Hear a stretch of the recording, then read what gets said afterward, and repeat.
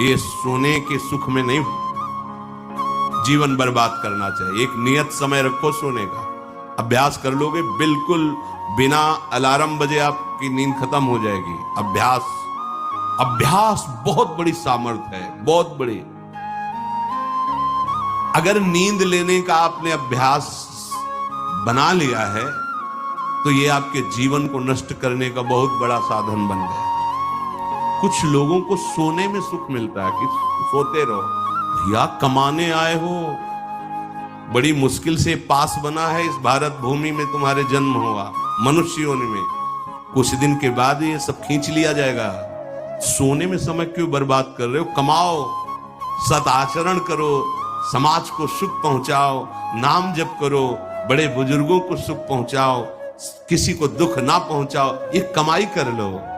कमाई करने आए हो यार, तुम्हारा कुछ नहीं, न था ना है न रहेगा। होश में तुम्हें जो पद मिला है, जो सामग्री मिली, जो जीवन मिला है, लगा दो पर सुख में और निरंतर भजन करते हुए जीवन मुक्त हो जाओ। क्योंकि स्वसुख में पाप बने हैं तो तत्सुख में समस्त पापों पर विजय प्राप्त कर लो। पर समझ नहीं आता। हर समय हमें सावधान रहना है। एक समय नींद को देना है, उचित दे लो, क्योंकि आप साधक हो, उचित दे लो। इसके बाद इससे शत्रु की तरह बर्ताव करो। अभ्यास बहुत बड़ी ताकत है, बहुत बड़ी ताकत। ये कोई सिद्धि नहीं, अभ्यास। आपने यदि अभ्यास किया है, नींद का आदर किया है, तो आप ऐसे भी हैं। साधकों के सामने बताया था कि मुझे बस भोजन पवा दो तो मैं सो जाऊंगा, फिर भोजन पाऊंगा, फिर सो जाऊंगा। मेरा अभ्यास इतना दृढ़ है। वह धन्य है आपका जीवन जो ऐसा अभ्यास सिद्ध कर लिया है। अरे बर्बाद करने के लिए सोना थोड़ी है। तो यहां कह रहे अति निद्रा, उचित निद्रा आवश्यक है। जब तक शरीर भाव में साधना हो रही तो जरूरी है। और ईर्ष्या, दूसरे की बढ़ोतरी देखकर जो ईर्ष्या होती है, जो जलन होती है, ये उपासक को उपासना में बढ़ने नहीं देती। इसको संभालिए।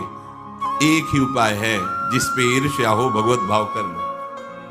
प्रभु मैं आपको जान नहीं पा रहा हूं, फिर भी मेरे अंदर में आपके ही प्रति है, क्योंकि आपके हैं ना। प्रभु मेरा सुधार कर दो, बहुत जल्दी सुधार हो जाएगा। मोह, भले परिवार में रह रहे हो, पर इतनी तो बात समझ लो, ना वो तुम्हारे हैं ना तुम उनके में, भले ना हो पर डाल लो। सुत बनितादि जान स्वार्थ रत, ना करो नेह सभी ते, अंत ही तो ही तजेंगे पामर, तू न तजय बहीते। जैसे आप स्टेशन में होते हो तो किसी से मोह थोड़ी करते हो।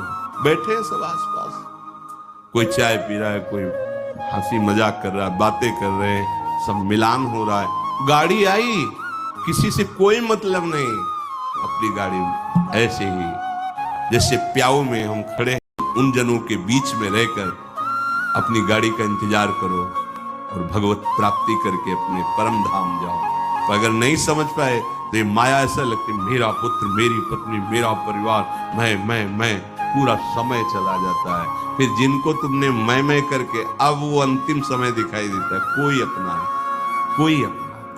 अभी मतलब आप तो अपने ही घेरे में हैं, जैसे अपने लोग भ्रमण किए तो देखा है। रो रहे हैं, उनके परिवार वाले उनसे बात भी नहीं करते हो। अवस्था ऐसी है कि डंडा के सहारे 2-4 कदम चल सकते हैं। वस्त्र मल से कौन साफ करे उनका। ऐसी, ये नहीं कि वो किसी एक की बात हो, ये स्वार्थी संसार कोई किसी का नहीं। तो हम ये नहीं कहते कि भाग जाओ, हम ये कहते उन्हीं के बीच में रहकर उनके हृदय में विराजमान प्रभु से अनुराग करो, ना कि देह से। देह एक सीमित समय वाला है, तुम्हारा भी और उनका भी छूटेगा। भगवत भाव करके खूब प्रेम करो, खूब सेवा सबकी करो। भगवत भाव विहीन आसक्ति तुम्हारे पतन का कारण बन जाएगी, जिसे मोह कहते हैं। मोह सकल व्याधिन कर मूला, ये मूल है, ये बहुत दुख देने वाला है।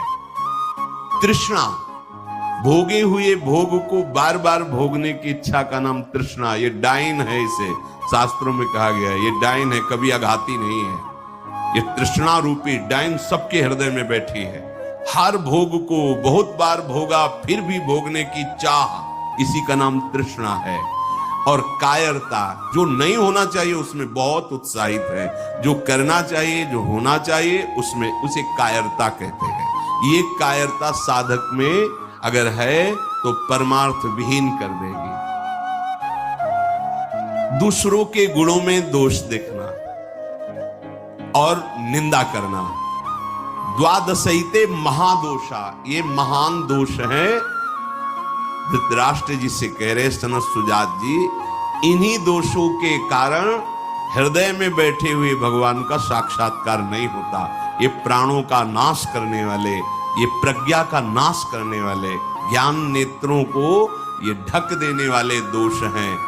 शोक, क्रोध, लोभ, काम, मान, अत्यंत निद्रा, ईर्ष्या, मोह, तृष्णा, कायरता, गुणों में दोष देखना और निंदा करना, ये 12 महान दोष साधक की साधना का नाश करने वाले हैं। भगवत अनुभव इन्हीं के कारण नहीं हो पाता। भगवान हृदय में है पर हमें अनुभव क्यों नहीं होता? इन 12 दोषों के कारण। राजेंद्र, जो लोलुप पुरुष, क्रूर कर्म करने वाला, कठोर वाणी बोलने वाला, कृपण स्वभाव वाला, मन ही मन दूसरों के प्रति जलने वाला और अपनी प्रशंसा करने वाला है, वो निश्चय ही भगवत मार्ग में नहीं चल पाता है, भगवत मार्ग का वर्ण नहीं कर पाता है। जो संभोग में मन लगाने वाला, हृदय में विषमता रखने वाला, अत्यंत अभिमानी स्वभाव वाला, दान दे करके जलन करने वाला, मैंने क्यों दे दिया, दान देकर जलन करने वाला, आत्म श्लाघा करने वाला और असमर्थ होकर अपनी बड़ाई, लंबी लंबी बातें करने वाला, ऐसा पुरुष भी परमार्थ पर चलने की योग्यता खो देता है। सच्ची हो या झूठी, निंदा करनी ही नहीं है। सद वा परिवादो ब्रह्मणस्य न सस्यते नरक प्रतिष्ठास्ते वही श्यूर एवं कुर्वते जनाहा। बोले इसमें क्या, मैंने देखा ऐसा ऐसा ऐसा, तो शास्त्र कह रहा है कि तुम देखो भगवान को, सर्वम खलमिदम ब्रह्म ने नानास्ति किंचित, देखा तुमने? सत्य वस्तु को तो देखा नहीं। तो कह रहे सद वा परिवादो, झूठी हो या सच्ची, किसी की भी निंदा नहीं करनी। बोले हम तो सत्य बोलेंगे, तो सत्य को जाना तुम, सत्य एक है, सच्चिदानंद में है, उसको जाना। अगर उसको नहीं जाना तो तुम झूठे तो हो ही, तुम्हारी हर बात झूठी है। बोले नहीं, हम सत्य बोलते हैं, हमने जो देखा। तुम क्या देखा? जो देखना चाहिए वो देख पाए, जो नहीं देखना चाहिए वो देख पाए, तो तुम तो झूठा देख रहे हो, झूठा बोल रहे हो। सद वा परिवादो, बात सच्ची हो या झूठी, यदि वो किसी की निंदा है तो नहीं करना है। अगर करते हो तो नरक प्रतिष्ठास्ते वही स्यूर एवं कुर्वते जनाहा, निश्चित उसे नरक की प्राप्ति होती। ये सनत सुजात जी महापुरुष बोल रहे हैं। जो बहुत बकवाद करने वाला है, दूसरों के दोषों का वर्णन करने वाला है और धन का दुरुपयोग करने वाला है, प्राणियों को कष्ट पहुंचाने वाला है, ऐसे आचरण वालों को देख करके प्रणाम मन से करके दूरी बनाओ। इनका संग नहीं करना चाहिए। इसलिए वो धन्य है जो सब प्रकार की कुचेष्टाओं का त्याग करके एकांत मन से भगवान श्री हरि की उपासना करते हैं। ना किसी से स्तुति, ना किसी से निंदा, ना किसी से राग, ना किसी से द्वेष। वो महापुरुष बालवत हो जाते हैं, बालवत, निर्विकार, ब्रह्म का साक्षात्कार करके बालवत चेष्टा के द्वारा जीवन व्यतीत करते हैं। वेदों में इसी स्थिति को जीवन मुक्त अवस्था कहते हैं। हे राजन, सच्चिदानंद परब्रह्म की प्राप्ति ही इस जीवन का परम लक्ष्य है। जो इस लक्ष्य को निश्चित करके, जो बताए हुए दोष हैं उनका त्याग करके, असाधनों का त्याग करके साधन में स्थित रहता है, निश्चित उसका स्वभाव बालवत। बड़े बड़े महापुरुषों को देखा, एकदम निर्विकार, बालवत चेष्टा, बोधवान होते हुए भी अबोधवत चेष्टा। जैसे बच्चा, न किसी से राग न किसी से द्वेष, खेल रहे, जीवन मुक्त महापुरुष कर्ता और भोक्ता भाव से रहित होते हैं, कोई भी दोष उनका स्पर्श नहीं करता, वो जगत मंगल करते हैं। वही स्थिति अपने को प्राप्त करने का समय दिया गया है। दृढ़ स्थिति प्रभाव नहीं, बहुत कृपा से ऐसी ऊंचाई पर आ गए जहां इन द्वंद्वों का प्रवेश नहीं, तो आप फिसलना नहीं, अब चूक नहीं, हर समय सावधान, सेवा सुमिरन सावधान, हर समय सावधान। एक सेकंड के लिए भी किसी इंद्रिय को छूट नहीं, धोखा पैदा कर देगी, भ्रम पैदा कर देगी, फिर पश्चाताप होगा। लोक चतुर्दश बहुविधि भटक्यो, स्वार्थ लगी मैं हरि बिसरायो। 14 भुवनों में स्मृति जागृत है, जो भगवत साक्षात्कार करने की स्थिति है, उसमें ऐसी स्मृति जैसा जैसे काकभूषण जी कहे, मुझे सब कल्पों का याद है। जिस समय अंतिम समय होता है जीव का, या जिस समय गर्भ में होता है, दोनों स्थिति, गर्भ में उसे बहुत जन्मों की याद आती है, तो वो व्याकुल हो जाता है। ऐसे ऐसे कर्म, उनके परिणाम से इस गर्भ में एक बार प्रभु, एक बार मुझे निकाल दो, मैं जाकर के मानव देह में ऐसे सत्कर्म करूंगा, ऐसा भजन करूंगा कि दोबारा मां के गर्भ में ना हो। जब अंतिम समय होता है तो जितने इस जन्म में दुष्कर्म या सत्कर्म के सब सामने घेर लेते हैं, बहुत जन्मों के कर्म संस्कार छा जाते हैं, और जो उसको योनि मिलनी होती है वही चित्त अटक जाता है।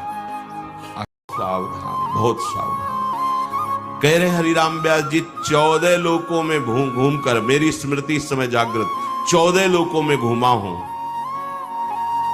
हर जगह सुख भोग की लालसा में हरि का विस्मरण ही होता रहा। हरि का स्मरण कब होता है अखंड? जब लौकिक सुखों की, भोगों की चाह खत्म हो जाती है। होगी कैसे? भगवान नाम जप से। हरि का विस्मरण कब होता है? जब किसी भी भोग में महत्व करके भोग रहे होगे, उस समय हरि, और अगर हरि स्मरण है तो उसमें सुख नहीं मिल सकता, क्योंकि सत्य प्रकाश तुम्हारे साथ है। इसीलिए बड़े भाग्यशाली जन हैं जो रात दिन नाम का पहरा बैठा लिए, रात दिन उठे बैठे चले फिरे खाए पिए सब क्रियाएं हो रही, तो भगवत स्मरण पर आए, बड़े महत भाग्यशाली। ये जो लोग कहते हैं नाम में रुचि नहीं हो रही, नाम चल नहीं रहा, भाई सिद्ध तो नहीं हो गए ना। रुचि तो भोगों में है, अब नाम अरुचि पैदा करेगा भोगों में, फिर नाम में जब रुचि आएगी तो नामी का रूप झलकेगा। धैर्य पूर्वक जपिए। 14 भुवनों में घूम आया, इसी स्वार्थ ने सुख भोग की लालसा ने हरि विस्मरण कराया, हरि बिसरायो। करोड़ों ऐसे अपराध किए जन्म जन्मांतरों में, जिन्हें ब्रह्म हत्या कहते हैं। पंच महापाप कहे गए हैं। कैसी बुद्धि मलिन हो गई है कि इन पंच महापापों को हम मनोरंजन समझते हैं, सुख का साधन समझते हैं। मदिरा पीना, पर स्त्री गमन करना, द्वित कीड़ा, हिंसा, स्वर्ण चोरी, ये 5 महापाप हैं। बोले हम तो हिंसा नहीं करते, अगर मांस खाते हो तो हिंसक भी हो, वही दंड मिलेगा जो हिंसा करने वाले को मिला है। वो ऐसे जिसे कोई गौ हत्या करता है और आप मांस खाते हैं, तो बिल्कुल वही हत्या आपको प्रताड़ित करेगी, आपको जलाएगी, आपका नाश करेगी। कोटि गाय ब्राह्मण मारे को ताप पाप उपजायो। ब्रह्म हत्या जैसा पाप लगता है। देखो कैसी मलिनता है। इसको हम आनंद समझते हैं, मनोरंजन समझते हैं। यह है भारी विपत्ति संपत्ति की। बहुत बहुत सावधान। यह ऐसा धुआं उठा है कलिकाल का, मलिनता का, कि पापाचरण में रति है। जैसे निष्ठावान धर्मात्मा पुरुष धर्म से विचलित नहीं हो सकता, ऐसे ही हम अधर्म निष्ठा वाले बन रहे हैं। स्वागत में तो